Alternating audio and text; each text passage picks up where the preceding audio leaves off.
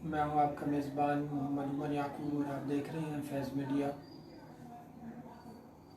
فیض media کے زیر اہتمام پروگرام فیض رمضان لائیو ٹرانسمیشن میں آج ہمارے ساتھ موجود ہیں خوبصورت آواز و انداز کے مالک حافظ محمد افتخار قصوری صاحب، اور ان کے ساتھ ہمارے مہمان خصوصی معروف مذہبی اسکالر حضرت مولانا محمد یعقوب فیض صاحب۔ ناظرین، آج کا ہمارا یہ پروگرام چونکہ 3 رمضان المبارک شروع ہو چکا ہے اور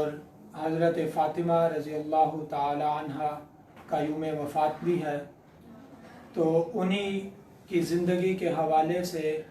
آج کا یہ پروگرام ترتیب دیا گیا ہے۔ حضرت مولانا محمد یعقوب فیض صاحب اس حوالے سے مفصل گفتگو فرمائیں گے۔ آج کے ہم اس پروگرام کا آغاز کرتے ہیں اللہ جل شانہ کے پاک کلام سے، اللہ جل شانہ کی حمد و ثنا سے۔ حمد و ثنا کے لیے میں دعوت دیتا ہوں حافظ محمد افتخار قصوری صاحب کو کہ وہ حمدی کلام سے اس خوبصورت پروگرام کا آغاز فرمائیں۔ حافظ محمد افتخار قصوری صاحب۔ السلام علیکم ورحمۃ اللہ وبرکاتہ۔ میں بےحد مشکور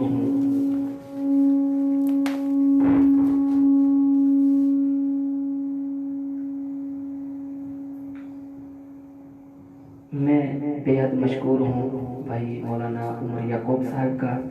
کہ انہوں نے ایک مرتبہ پھر مجھے موقع عطا کیا۔ دعا گوں کہ اللہ رب العزت میری اس حاضری کو اپنی بارگاہ عالیہ میں قبول فرمائے۔ آپ دیکھ رہے ہیں فیض میڈیا، اللہ پاک آپ کا سماعت کرنا قبول فرمائے۔ آئیے حمد باری تعالیٰ سے آغاز کرتا ہوں۔ معروف کلام سماعت کی جلات شاعر بہت ہی خوبصورت انداز میں لکھتے ہیں، اس کا منگتا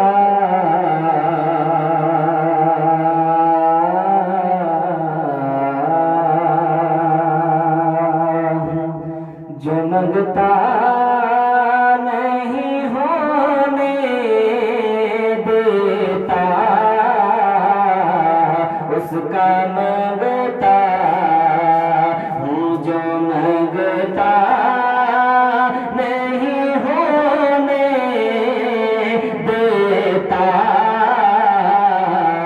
اس کا منگتا ہوں جو منگتا نہیں ہونے دیتا، اس کا منگتا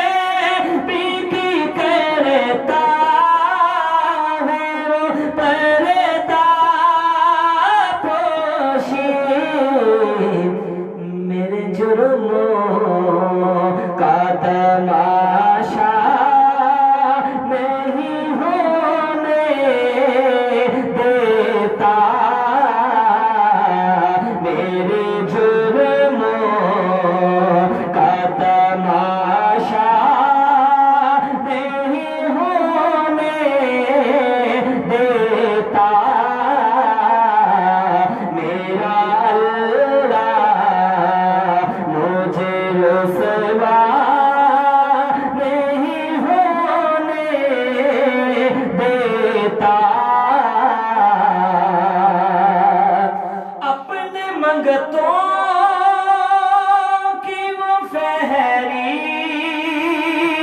میں رکھتا ہے مجھے اپنے منگتوں کی وہ فہرست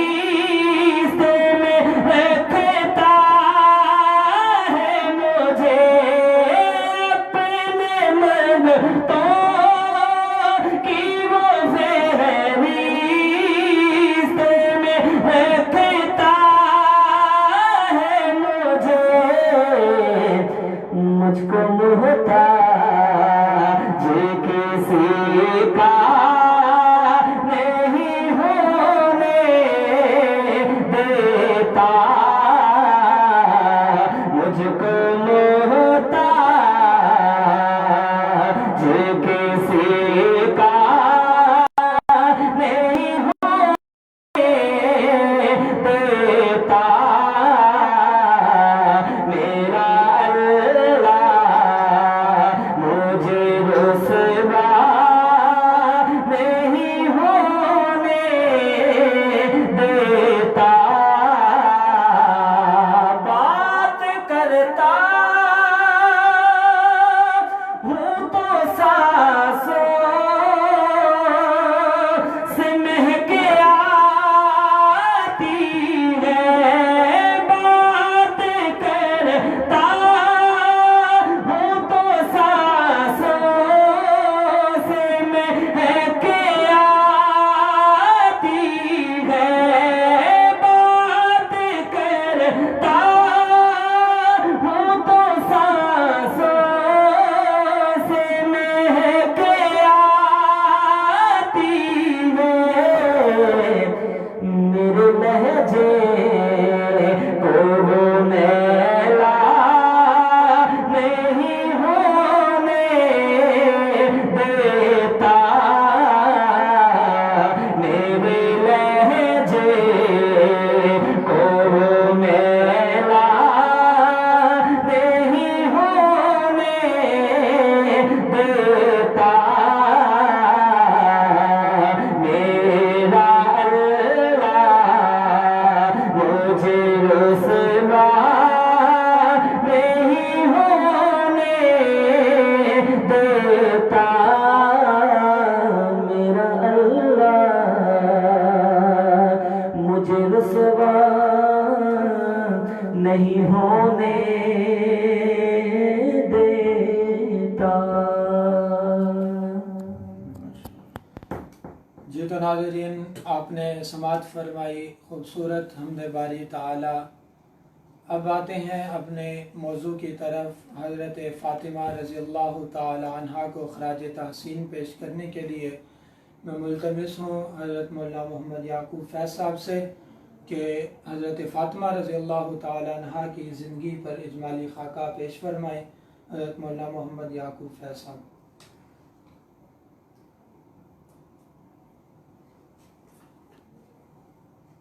نحمده ونصلي ونسلم على رسوله الكريم.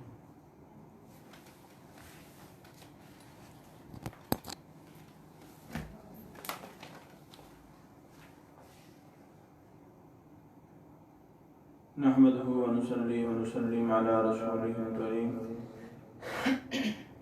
أما بعد فأعوذ بالله من الشيطان الرجيم. بسم الله الرحمن الرحيم.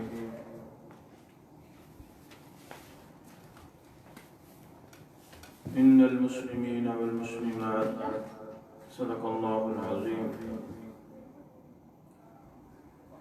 معزز سامعین و ناظرین، آج دن رمضان المبارک ہے. 3 رمضان المبارک 11 ہجری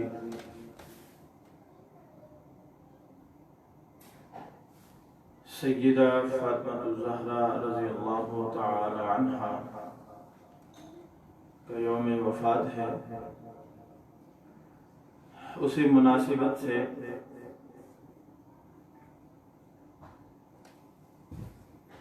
سیدہ فاطمہ الزہرا رضی اللہ تعالی عنہا کی خوبصورت زندگی کا اجمالی نقشہ آپ کے سامنے پیش کروں گا۔ اس نیت سے کہ کل قیامت کے دن ہمارے لیے یہ نسبتیں، یہ الفاظ کی ادائیگی، یہ بیان، یہ نفوس قدسیہ کا تذکرہ ذریعہ نجات بن جائے، وگرنہ ان ہستیوں کو نہ تو خراج تحسین کی ضرورت ہے، نہ ہی وہ ہماری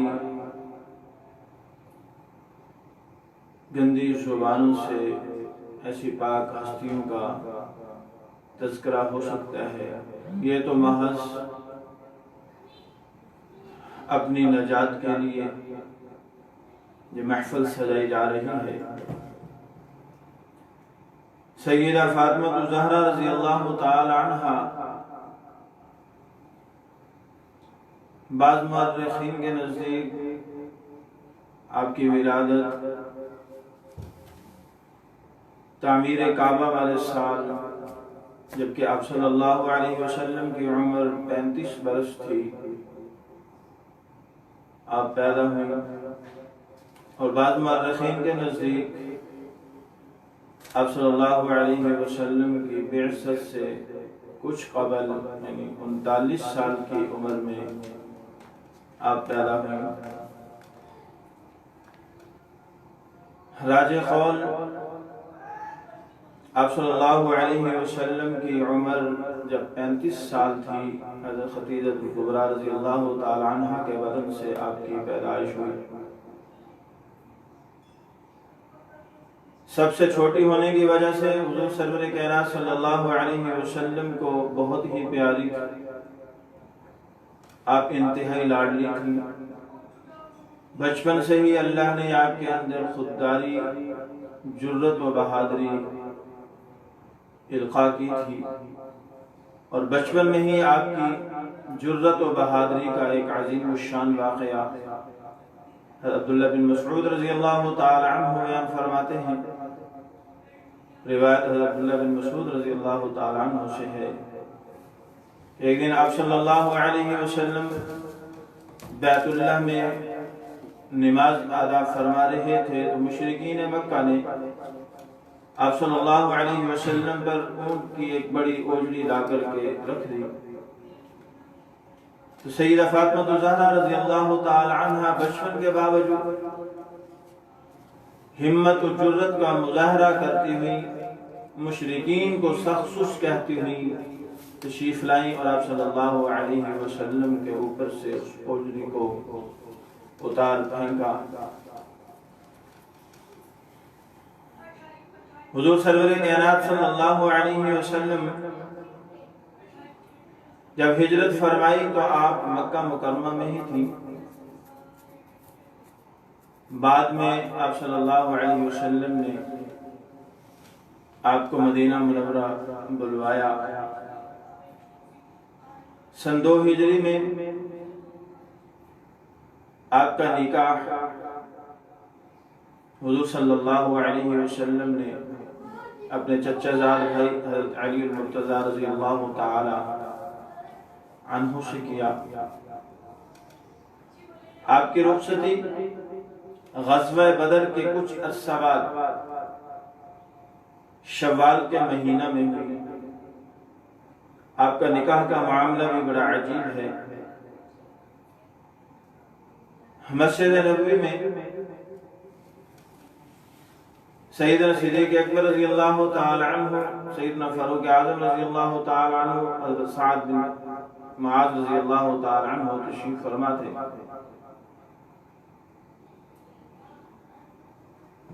اور وہاں بھی مشورہ کیا کہ حضور صلی اللہ علیہ وسلم اپنی صاحبزادی کے نکاح کے متعلق سوچ و بچار فرما رہے ہیں۔ تو حضرت علی رضی اللہ تعالی عنہ سے ان تینوں حضرات نے بات کی، تو حضرت علی رضی اللہ تعالی عنہ نے کہا کہ میں اس بات کی استطاعت نہیں رکھتا۔ تو صدیق اکبر رضی اللہ تعالی عنہ نے فرمایا کہ آپ ایک مرتبہ جا کر کے آپ صلی اللہ علیہ وسلم سے عرض کریں، اللہ جل شانہ اس کا بھی انتظام فرما دیں گے۔ علی المرتضی رضی اللہ تعالی عنہ آپ صلی اللہ علیہ وسلم کی خدمت میں حاضر ہوئے۔ آپ صلی اللہ علیہ وسلم کے سامنے دلی خواہش کا اظہار کیا۔ آپ صلی اللہ علیہ وسلم نے فرمایا کہ آپ کے پاس کچھ ہے؟ عرض کی یا رسول اللہ میرے پاس تو کچھ بھی نہیں سوائے ایک سواری، ایک تلوار اور ایک زرہ کے۔ آپ صلی اللہ علیہ وسلم نے فرمایا کہ زرہ کو بیچ دو اور مہر کا انتظام کرو۔ آپ بخوشی باہر آئے، زرہ بیچنے کے لیے جا رہے تھے، عثمان غنی رضی اللہ تعالی عنہ نے آپ سے زرہ خرید لی،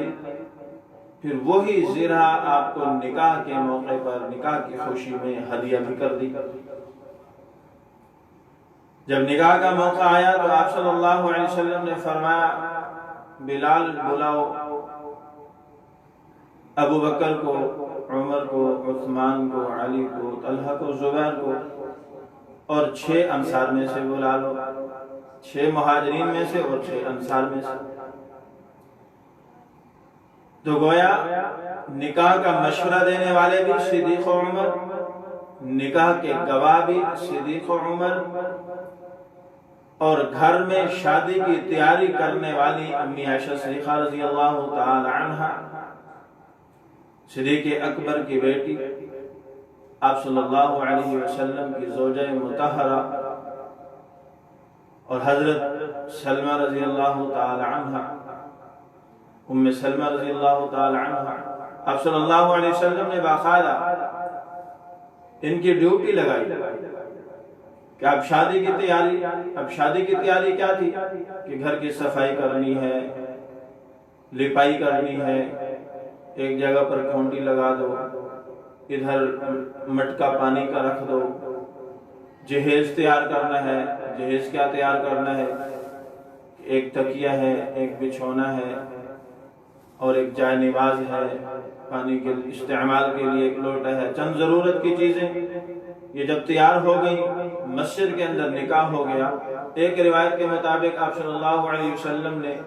ام ایمن رضی اللہ تعالی عنہ کے ساتھ حضرت فاطمہ کو روانہ فرمایا، اور ایک روایت کے مطابق آپ صلی اللہ علیہ وسلم خود اپنی لخت جگر کو لے کر کے گئے پیدل۔ امی عائشہ صدیقہ رضی اللہ تعالی عنہ فرماتی ہیں کہ اس سے بہترین خوبصورت شادی ہم نے پہلے کوئی نہیں کی۔ حضرت فاطمہ زہرا رضی اللہ تعالی عنہ کے بطن سے 3 بیٹے اور 3 بیٹیاں، حضرت حسن و حسین، زینب، رقیہ اور ام کلثوم۔ محسن بھی پیدا ہوا لیکن بچپن میں فوت ہو گئے۔ فاطمہ زہرا رضی اللہ تعالی عنہ انتہائی وفاشع، شب بیدار، عبادت گزار، شوہر کی تابعدار، اور اپنے ہاتھوں سے گھر کے کام کاج کرنے والی،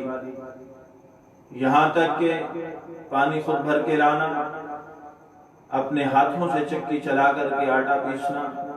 اور شوہر کی خدمت کرنا، یہ آپ کا شعار تھا۔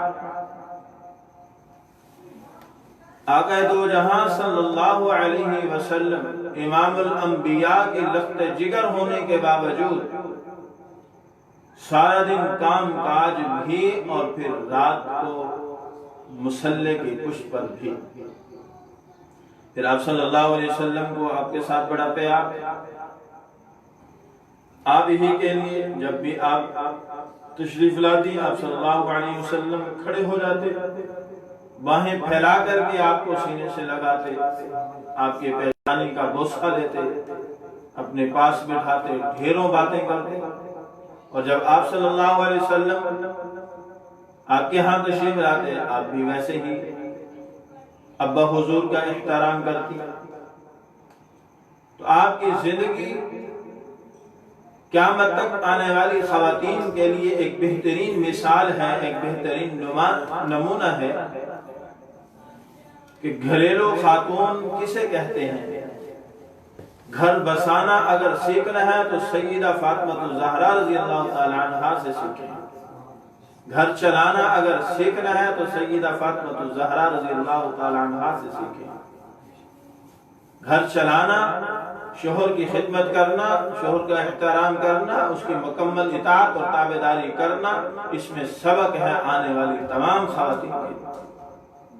اور ہمارے لیے مثال اور نمونہ ہے۔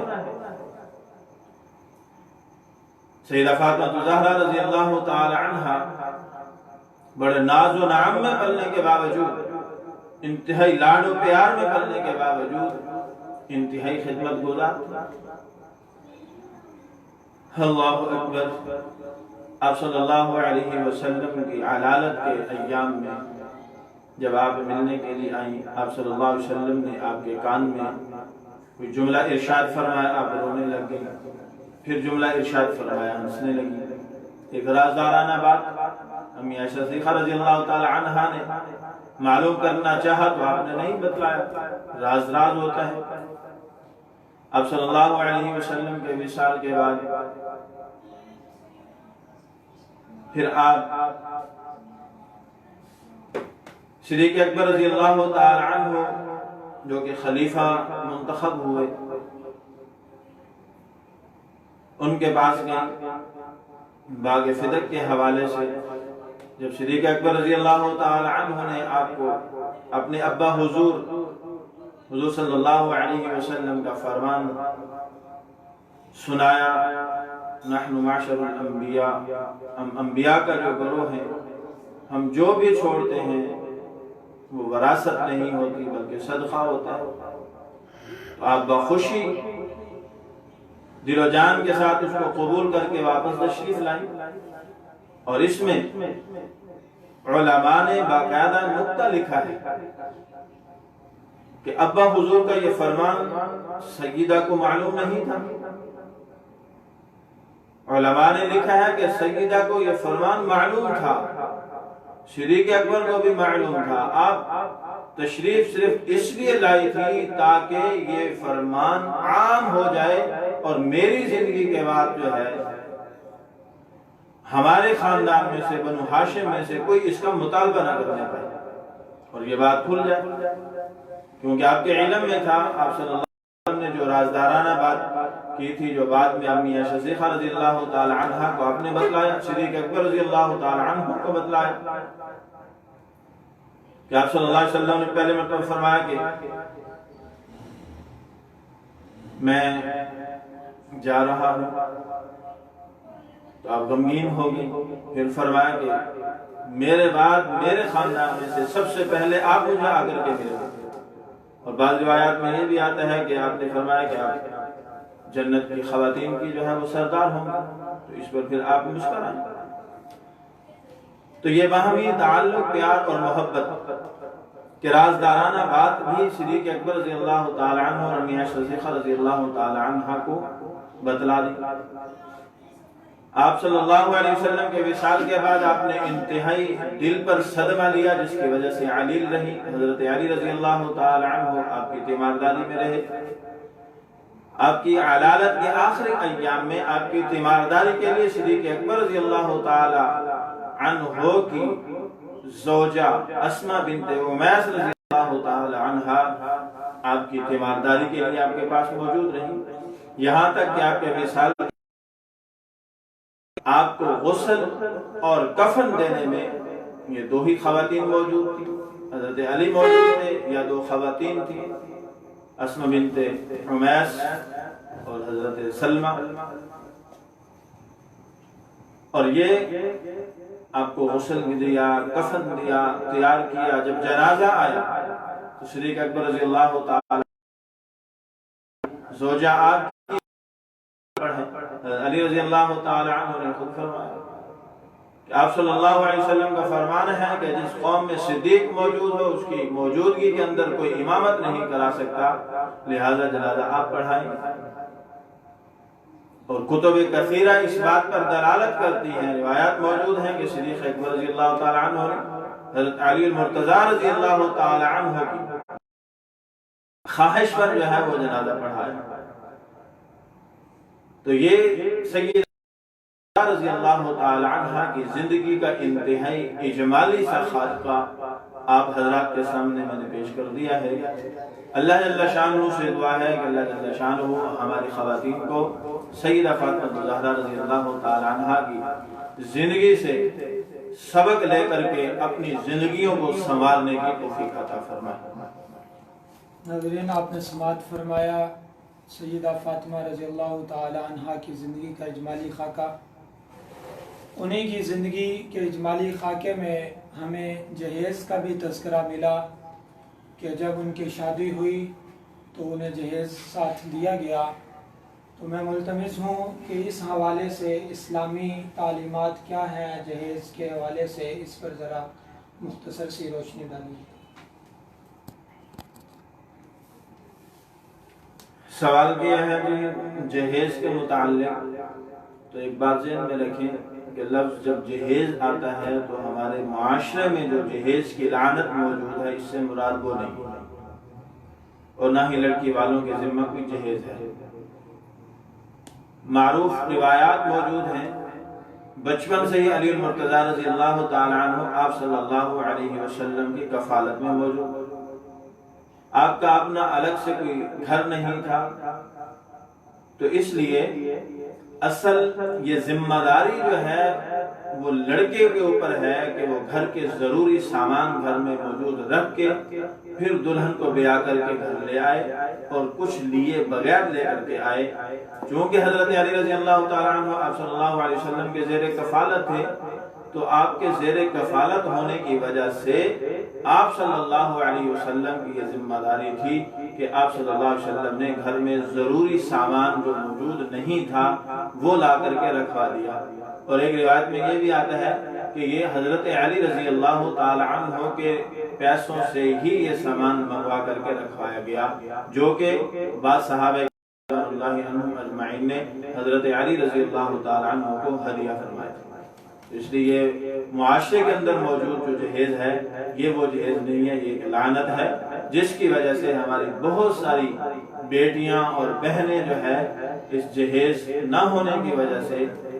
نکاح سے جو ہے وہ محروم ہیں، اور ان کے سروں میں چاندی آ چکی ہے۔ اس جہیز کی لعنت سے معاشرے کو پاک کرنا انتہائی ضروری ہے۔ جی تو ناظرین، جہیز کے سماعت فرما لیا کہ جہیز کے متعلق اسلامی تعلیمات کیا ہیں، اور امید کرتے ہیں کہ اللہ جل شانہ مسلمان قوم کو اسلامی تعلیمات کے مطابق اپنی تمام زندگی گزارنے کی توفیق عطا فرمائے۔ ناظرین، اسی میں ایک تذکرہ آیا کہ حضرت سیدہ فاطمہ رضی اللہ تعالی عنہ حضرت ابوبکر صدیق رضی اللہ تعالی عنہ کے پاس گئیں، اور جسے باغ فدق والے معاملے سے یاد کیا جاتا ہے۔ تو بخاری شریف میں یہ روایت بھی موجود ہے کہ حضرت ابوبکر صدیق رضی اللہ تعالی عنہ سے جب اپنا حق طلب کیا گیا حضرت فاطمہ رضی اللہ تعالی عنہ نے، تو اس پر حضرت ابوبکر صدیق رضی اللہ تعالی عنہ ان سے ناراض ہوئے۔ اس کے متعلق آپ کی کیا رائے ہے؟ آپ اسلام قرآن و حدیث کی روشنی میں کیا فرماتے ہیں علماء کرام؟ یہ ایسا مسئلہ ہے کہ اس پر بہت سے علماء نے بڑی تفصیلی جو ہے وہ مباحث فرمائی ہیں، اور یہ معاملہ جو ہے وہ واضح اور کھل چکا ہے۔ سب سے پہلی بات تو یہ ہے کہ جو الزام لگایا جاتا ہے کہ سیدہ فاطمہ زہرا رضی اللہ تعالی عنہ صدیق اکبر رضی اللہ تعالی عنہ سے ناراض ہوئیں، غضبناک ہوئیں اور ناراضگی کا اظہار فرمایا، یہ بالکل بے بنیاد بات ہے۔ عقل بھی اس بات کو تسلیم نہیں کرتا، کیونکہ جب سیدہ خلیفہ وقت کے سامنے گئی تو خلیفہ وقت نے حضور صلی اللہ علیہ وسلم سنایا، اور کسی بھی اہل ایمان کے لیے یہ مناسب ہی نہیں ہے کہ وہ آپ صلی اللہ علیہ وسلم کا فرمان سنے اور اس پر غضبناک ہو، اس پر جو ہے وہ غصہ کرے، یہ ہو ہی نہیں سکتا۔ چاہے جائے کہ سیدہ فاطمہ زہرا رضی اللہ تعالی عنہ وہ فرمان سن کر کے غضبناک ہوتی۔ اور جہاں تک بات ہے، میں انتہائی اجمال کے ساتھ عرض کرتا ہوں کہ باغ فدق کے حوالے سے بہت سی کتب میں، جس میں سیاستہ بھی ہیں اور بھی احادیث مبارکہ کی کتب ہیں، کل 36 مقامات پر یہ بات درج ہے، کل 36 مقامات پر یہ بات درج ہے، جس میں سے 11 مقامات ایسے ہیں جس میں راویوں کے اندر شہاب زہری جو ہے وہ موجود نہیں ہے، اور جہاں جہاں دوسرے صحابہ کرام رضوان اللہ عنہم اجمعین اس روایت کو بیان کرتے ہیں اور جس سند میں زہری موجود نہیں ہے، وہاں اس طرح کے کوئی الفاظ نہیں پائے جاتے کہ حضرت فاطمہ رضی اللہ تعالی عنہ ناراض ہو کر کے آئیں، غضبناک ہو کر کے آئیں، غصے کا اظہار فرمایا، وہاں یہ الفاظ موجود نہیں ہے۔ باقی پیچھے رہ جاتے ہیں 25 مقامات۔ 25 مقامات وہ دو طرح کے ہیں۔ 25 مقامات دو طرح کے اس طرح ہیں کہ 9 میں تو مناقشہ کے بالکل الفاظ ہی موجود نہیں ہیں، حالانکہ اس میں زہری موجود ہے لیکن مناقشہ کے الفاظ نہیں ہیں۔ 9 روایات ایسی ہیں اور پیچھے 11 روایات ملتی ہیں جس میں زہری بھی ہے لیکن الفاظ بھی موجود ہیں۔ کل 16 روایات ہیں۔ ان 16 روایات میں زہری نے مناقشہ کے جو الفاظ ذکر کیے ہیں تو اس میں لفظ قالا کے ساتھ ذکر کیا، حالانکہ امی عائشہ صدیقہ رضی اللہ تعالی عنہ سے روایت ہے، اصولی طور پر اگر وہ روایت ہوتی تو اس میں لفظ قالت ہونا چاہیے تھا، قالا نہیں ہونا چاہیے تھا۔ اب اس میں بعض ایسی روایات بھی ہیں جو آگے زہری سے اس کے شاگردوں نے لی تو انہوں نے بھی لفظ قال کا ہی ذکر کیا، کہیں بھی چاہے وہ راوی مرد ہے یا عورت ہے، لفظ قال، اور یہ لفظ قال اس بات پر دلالت کر رہا ہے کہ یہ زہری کے اپنے الفاظ ہیں، اس کا اپنا خیال ہے، یہ اس کا اپنا نظریہ ہے، نہ کہ اصل حقیقت پر مبنی وہ الفاظ یا وہ رویہ یا وہ انداز جو حضرت سیدہ فاطمہ الزہرا رضی اللہ تعالی عنہ نے صدیق اکبر رضی اللہ تعالی عنہ کے سامنے پیش کیا۔ حالانکہ یہ کتب حدیث، یہ روایات اس بات پر دلالت کرتی ہیں کہ سیدہ فاطمہ الزہرا رضی اللہ تعالی عنہ باہمی شیر و شکر تھے، انتہائی خوش تھے، ایک دوسرے کے ساتھ رضامندی تھی، اور حقیقت بھی یہی ہے کہ باہمی رضامندی کے ساتھ باہمی شیر و شکر ہو کر کے باہمی رضادارانہ جو ہے رازدارانہ گفتگو بھی ہوتی رہی۔ اور اس میں صرف یہ نہیں کہ علماء اہل سنت، جمہور علماء اہل سنت کی کتب کے اندر جو ہے وہ موجود ہیں یہ ساری باتیں، یہ چیزیں، بلکہ فریق ثانی جو کہ اس بات کو تسلیم کرنے کے لیے موجودہ دور کے اندر ہمارے معاشرے میں اس بات کو تسلیم کرنے کے لیے تیار نہیں ہے، ان سے گزارش یہ ہے کہ کسی قسم کا الزام لگانے سے قبل اپنے سابقہ مجتہدین کی کتب تفسیر، کتب فقہ کو اٹھا کر کے، کتب حدیث کو اٹھا کر کے پڑھ لیجئے، اس میں آپ کو یہی ملے گا جو علماء اہل سنت کا مذہب اور عقیدہ ہے، اور حق اور سچ بھی یہی ہے کہ کسی قسم کا کوئی ایسا معاملہ نہیں تھا۔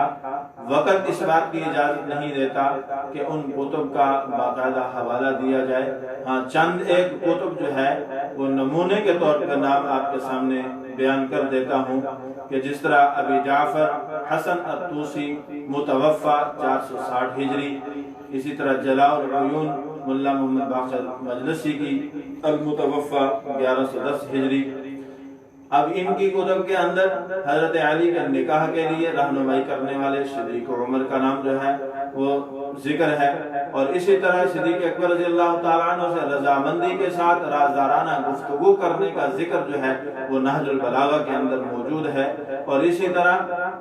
اسماء بنت امیس کا غسل دینا حضرت فاطمہ رضی اللہ تعالیٰ عنہ کو، کفن پہنانا اور آخری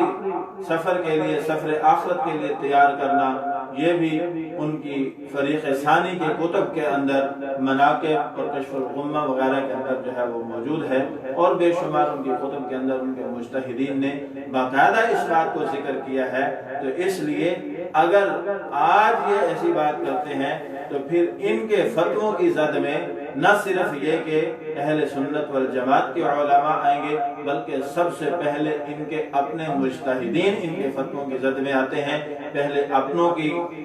کا جو ہے وہ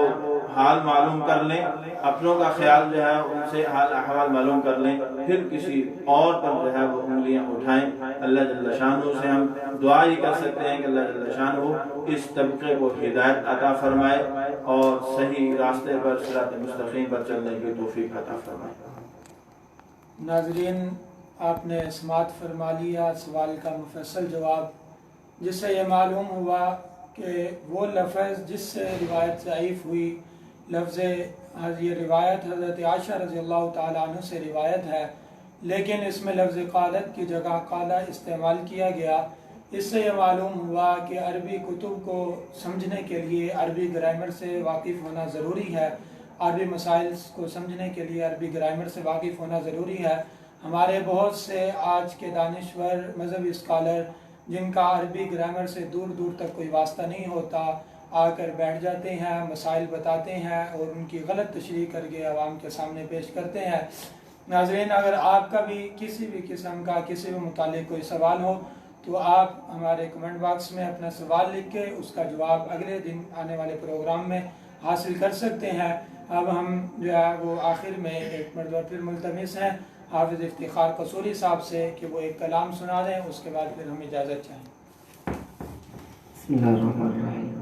نعت رسول مقبول صلی اللہ علیہ وسلم کے چند اشعار اس کے بعد منقبت پیش کروں گا. شاعر بہت ہی خوبصورت انداز میں کہتے ہیں, شان صلی علی دیکھتے رہ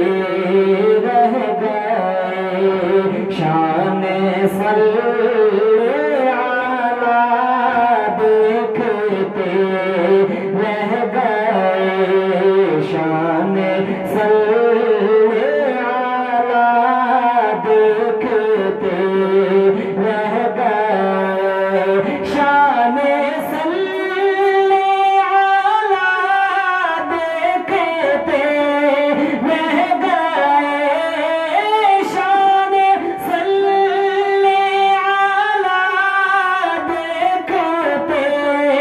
رہ گئے, حسن بے انتہا دیکھتے رہ گئے, حسن بے انتہا دیکھتے رہ گئے, عرش پر آپ پہنچے جو معراج میں, عرش پر آپ پہنچے جو معراج میں, عرش پر آپ پہنچے جو معراج میں, تو تمام انبیاء دیکھتے رہ گئے, تو تمام انبیاء دیکھتے رہ گئے, حسن بے انتہا دیکھتے رہ گئے. ہم نے روزے کی جال پہ ڈال نگاہ,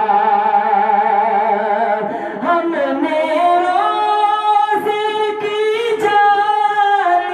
پہ ڈال نگاہ, ہم نے روزے کی جال پہ ڈال نگاہ, تو ادب کی وہ جا دیکھتے رہ گئے, تو ادب کی وہ جا دیکھتے رہ گئے, جب دعا سے گال کا بھیجا جواب, جب دعا سے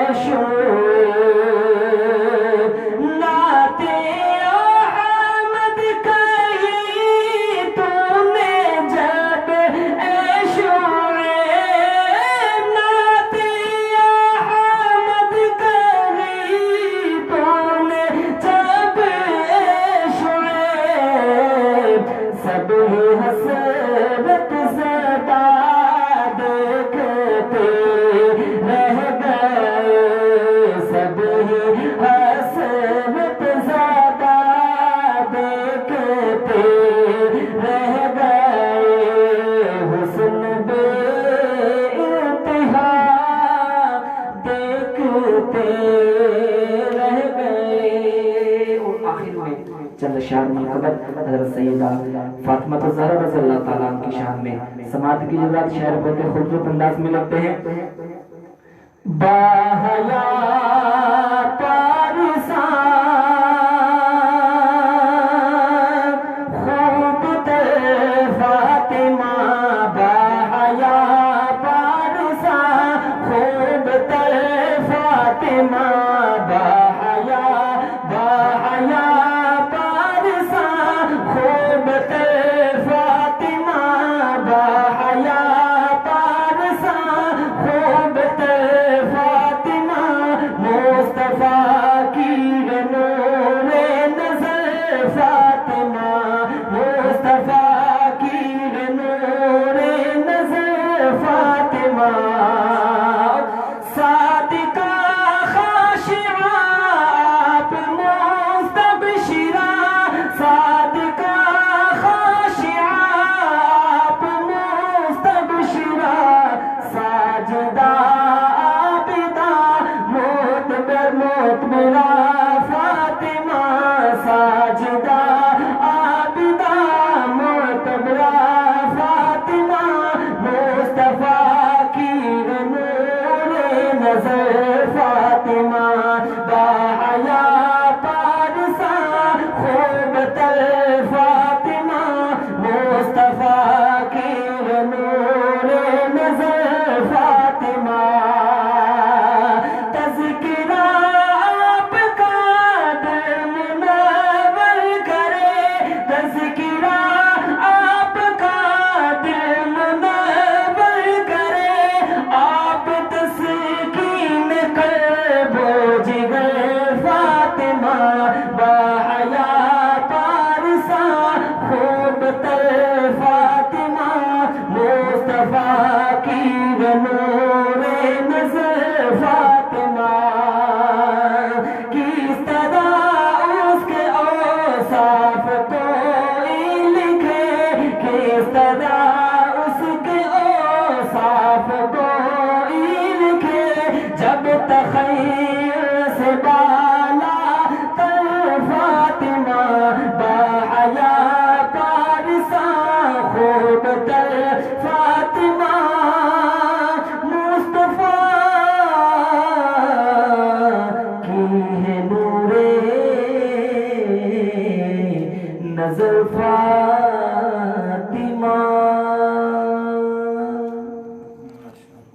ماشاءاللہ بہت خوب. سیدہ فاطمہ رضی اللہ تعالی عنہ کی شان اقدس میں آپ نے ان کی زندگی پر اجمالی خاکہ بھی سماعت فرمایا